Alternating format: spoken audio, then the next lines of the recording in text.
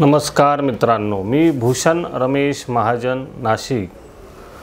तर आज आपण अशा विषयावर चिंतन करणार आहोत जो विषय म्हणजे आपण जे काही साधना करत असू, जे काही व्रत करत असू, जे आपलं व्यक्तिगत असतं ते व्यक्तिगत करत असलेली साधना असो, व्रत असो, जे काही सत्कर्म पुण्यकर्म असेल ते गुह्य ठेवावं। ते माध्यमांद्वारे किंवा व्यवस्थेमध्ये प्रसारित करू नये, प्रकाशित करू नये, ते गुह्य ठेवावं, ते आपल्या पुरतं मर्यादित ठेवावं। असं का असतं? त्याने पुण्य मिळतं का? आणि जर आपण ते व्रत असेल, जी साधना असेल, मूळतः जी साधना असते ती व्यक्तिगत असते, ती सामूहिक करू नये। तसं जर आपण केलं तर त्या व्रतातलं गुह्य तत्व असतं, जे पुण्य तत्व असतं ते आपल्याला सोडून जात असतं। म्हणजे आपल्याला ते व्रत करूनही पुण्य प्राप्त होत नाही का? ते सामूहिक केलं। बऱ्याचदा असं करत असतात की करतात, जे व्रत उपवास करत असतात, साधना करत असतात, पण त्याचं उक्त करतात, समोरच्याला ते व्यक्त करून सांगितलं जातं माझी एवढी मोठी साधना आहे, मी एवढ्या जप अनुष्ठान असतं। हे जेव्हा माणूस ओघाने व्यक्त करतो त्याबरोबर ते पुण्यही उघडपणे जात असतं। मग त्यातून पुण्यप्राप्ती होत नाही। मग व्रताधिक करतो तरी आमच्या आयुष्यात शुभ काही घडत नाही। असं का होतं? कारण केलेलं पुण्य हे या माध्यमाद्वारे निघून जात असतं। त्यापेक्षाही जेव्हा आपण ते व्रत असेल, व्यक्तिगत साधना असेल, ती जेव्हा आपण एखाद्या व्यक्तीला दुसऱ्याला सांगतो तेव्हा काय होतं? तर त्या साधनेवरती जे आपलं व्यक्तिगत निजनिष्ठा असते, त्या साधने क्रमामध्ये, त्या कृतीमध्ये आपली स्वतःची एक निष्ठा असते।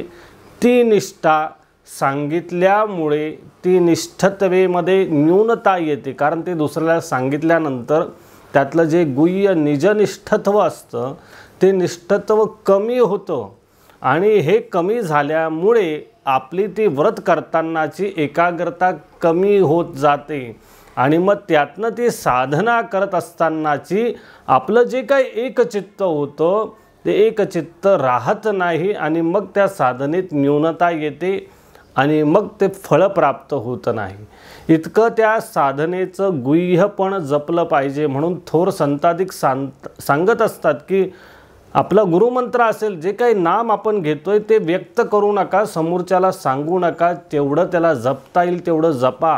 असं का असतं? त्यामागचं हे कारण असतं, कारण जेव्हा व्यक्त केलं जातं आणि माध्यमांद्वारे प्रकाशित होतं त्यातलं गुह्य पण जात नाही, गुह्य पण निघून जातं आणि त्याने आपली एकाग्रता भंग पावते, त्या कर्मावर आपली निष्ठा कमी होत जाते। म्हणून ते कोणाला सांगू नये। दुसरा अर्थ असं असतं की व्रत यथा सांग तेने पुण्यप्राप्ती। जेव्हा एखादं व्रत साधना आपण करत असतो, ती साधना व्रत गुह्य तेने यथा सांग, जेव्हा आपण ते व्रत गुह्य ठेवू, आपल्या पुरतं व्यक्तिगत मर्यादित ठेवू, तेव्हा ते यथासांग होत असतं। यथासांग होणं म्हणजे काय? तर व्रत करतोय ते व्रत पूर्णत्वास गेलं, पूर्ण आपण व्रत केलं म्हणजे यथासांग का? तर यथासांग त्याला म्हणत नाही। यथासांग म्हणजे व्रत पूर्ण केल्यानंतर त्या व्रताने आपल्याला अपेक्षित फल जेव्हा प्राप्त होईल तेव्हा ते व्रत यथासांग, त्याची सांगता झाली असं आपल्याला म्हणता येईल। यथासांग म्हणजे फलप्राप्तीनंतर मला ते व्रत केलं, ते गुह्य ठेवलं, त्यातून मला फलप्राप्ती झाली म्हणजे ते व्रत यथासांग पूर्ण झालं। मनोकामना पूर्ती होईपर्यंत ते यथासांग होतं का? तर ते होत नाही। आणि जर आपण अशा प्रकारे सगळ्यांना सांगत बसलो की मी हे व्रत करतोय, हे अनुष्ठान आहे, अशी माझी साधना आहे, याने काय होतं मित्रांनो? तर उक्तची पुनर्भ्रमण, जेव्हा आपण व्यक्तींना सांगत जातो आपली साधना काय आहे, ती उक्त करणं त्याला म्हणतात। ते उक्त केल्यानंतर पुनर्भ्रमण म्हणजे पुनरावृत्ती घडते, म्हणजे ते व्रत केलेलं वाया जातं आणि आपल्याला पुन्हा ते करावं लागतं। पुनर्भ्रमण होतं त्या व्रताचं, व्रत केल्याने पुण्य प्राप्त होत नाही, पुन्हा करावं लागतं, म्हणून सांगू नये। आणि मग ही पुनरावृत्ती घडत जाते। म्हणून जोपर्यंत पूर्ण फल प्राप्त होत नाही तोपर्यंत ती साधना, ते व्रत गुह्य ठेवलं पाहिजे. कोणाला सांगायची गरज नाही, सांगू नये. गुह्योक्त याचा शब्द व्रत प्रकाशित करू नका. तुम्ही साधना करता ती समाजात मांडू नका. आपल्यापुरती मर्यादित ठेवा, त्याने पुण्य संचित. असं केल्याने त्या व्रतातलं पुण्य संचय घडणार आहे. अन्यथा काय होईल? व्रत वाया. मग केलेलं व्रत ते वाया जाईल, कारण आपल्याच उक्त करण्याच्या पद्धतीमुळे ते व्रतातलं पुण्य फळ कमी होत गेलं. असं आपण बघतो, माध्यमांद्वारे प्रकाशित केलं जातं किंवा बोलायच्या ओघात चार चौघात सांगितलं जातं, माझी एवढी अनुष्ठान असतं, माझी एवढ्या वेळ पूजा केलेली असते, असा नामजप मी करतो. ही साधना तुम्ही व्यक्तिगत जेवढी जपून ठेवाल तेवढी फलप्राप्ती आहे.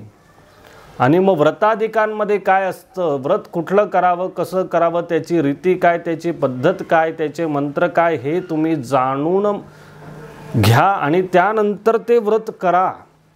सांगोपांगी व्रत करू नका. कोणी तुम्हाला याविषयी माहिती दिली, सांगितल्याप्रमाणे केलं असं नाही. तर व्रत ग्रंथामध्ये कशा पद्धतीने दिले आहे, त्याचे आचरण काय, त्याचे नियम काय, ते कसं करावं, त्याविषयी सर्वस्व जाणून घेतल्यानंतर व्रतादीचे नियम काय, मग तुम्ही ते व्रत करा. आणि व्रत केल्यानंतर ते गुह्यही ठेवा, ते कोणाला सांगू नका. अशाने ते आपल्याला त्या व्रतातून पुण्य प्राप्त होईल. पुण्य गुह्य विभरणतेने मांडी. काहींना सवय असते की अनुष्ठानाची याची वाच्यता करणं, इतरांना सांगणं त्यांना भूषण वाटतं. याने काय होतं की आम्ही किती आध्यात्मिक आहोत, आम्ही किती आचरणशील आहोत याविषयी त्यांची ती भावना असते. पण आपलं पुण्य कमी होतं आहे याकडे दुर्लक्ष केलं जातं आणि त्याने मग इप्सित प्राप्त होत नाही. व्रतादी साधना अनुक्रम सारखा जोडून राहतो, यथासांग कर्म घडत नाही. म्हणून व्रत असेल, साधना असेल, आपली व्यक्तिगत ती गुह्य ठेवा, ती समोरच्याला सांगू नका. त्या व्रतावरची, त्या नामावरची, साधनेवरची निजनिष्ठा नाही. ते व्रत वाया गेलं असं समजावं. व्रत न उघड करी. साधना असेल, व्रत असेल, ते व्रत उघड न करी, पुण्यक्षय तेने घडे. त्याने काय होतं, तो पुण्यक्षय होतो. जेवढं तुम्ही दुसऱ्याला व्रतांबद्दल सांगणार, त्या व्रतात जे काही संचित साठवलेलं पुण्य आहे ते कमी कमी होत जातं. लाभ न मिळे व्रताने. मग अशा व्रताने आपल्याला लाभ मिळत नाही, म्हणजे मनोकामना पूर्ती होत नाही, फलप्राप्ती होत नाही. का होत नाही? तर उघडपणे पुण्य गेले. दुसऱ्याला सांगितल्याने उघडपणे जे काही संचित पुण्य होतं ते उघडपणे सांगितल्यामुळे निघून गेले. म्हणून ते व्रत वाया जातं. म्हणून कुठलीही साधना करा, व्रत करा, अनुष्ठान करा, ते आपल्यापुरतं मर्यादित ठेवा. इतरांना ते सामूहिक करू नका, त्याने फलप्राप्ती होत नाही. आणि आत्ता सद्यत परिस्थितीमध्ये व्रत उपवासादी साधनादी परिपूर्ण फलप्राप्ती का होत नाही, तर याच माध्यमाने ते इतरांना सांगितलं जातं, सामूहिक केलं जातं, व्यक्तिगत ठेवलं जात नाही. या पद्धतीमुळे ते व्रतातली पूर्ण फळ आपल्याला प्राप्त होत नाही. सांगोणी व्यर्थ वाया. म्हणजे व्रताबद्दल दुसऱ्याला सांगून, साधनेबद्दल दुसऱ्याला सांगितल्यानंतर ती साधना, ते सर्व काही वाया जातं. आणि त्यापेक्षाही त्या व्रतावरची, साधनेवरची, जपावरची, अनुष्ठानावरची आपली जी काही व्रतनिष्ठा होती, ती व्रतनिष्ठाही आपल्याकडून टिकवली जात नाही, राहत नाही. गुह्योक्त न केल्याने, प्रकाशित केल्याने ते सर्व काही निघून जातं आणि व्रताची निजनिष्ठा कमी होते आणि त्याने मग फलप्राप्ती होत नाही. अशा प्रकारे व्रत किंवा साधना गुह्य का ठेवावी?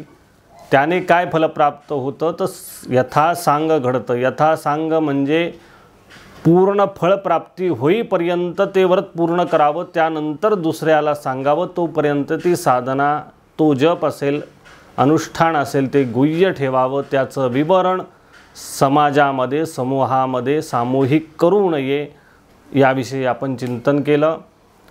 धन्यवाद.